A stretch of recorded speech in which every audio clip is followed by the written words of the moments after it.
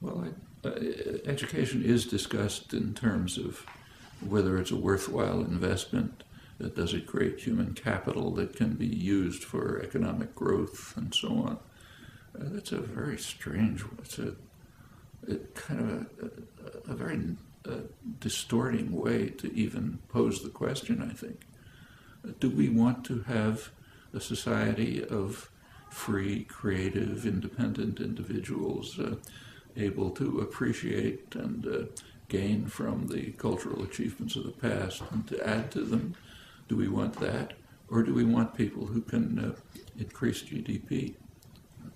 They're not necessarily the same, they're not the same thing. And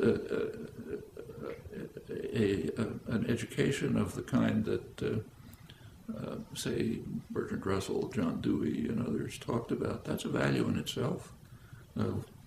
Whatever impact it has in the society, it's a value because it helps create better human beings. After all, that's what an educational system should be for. On the other hand, if you want to look at it in terms of costs and benefits, take the new technology that we were just talking about. Where'd that come from? Well, actually, a lot of it was developed right where we're sitting. Down below where we now are was a major laboratory back in the 1950s, where I was employed, in fact, which was had lots of scientists, engineers, people of all kinds of interests, philosophers, others, who were working on developing the basic character of and even the basic tools of the technology that is now common. Computers and the internet, for example, were pretty much in the public sector for decades, just funded in places like this, where people were exploring new possibilities that were mostly unthought of, unheard of at the time. Some of them worked, some didn't. The ones that worked were finally converted into tools that people can use.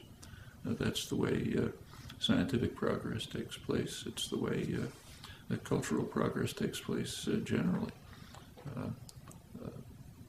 Classical artists, for example, came out of a tradition of craftsmanship that was developed over long periods with master artisans, with others, and sometimes you can rise on their shoulders and create new marvelous things.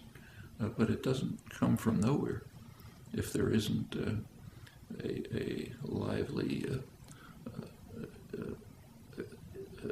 cultural and educational system which is geared towards encouraging creative exploration, independence of thought, willingness to challenge, to cross frontiers, to challenge accepted beliefs and so on. If you don't have that, you're not going to get the technology that can lead to economic gains, though that I don't think is the prime purpose of cultural enrichment and education as a part of it.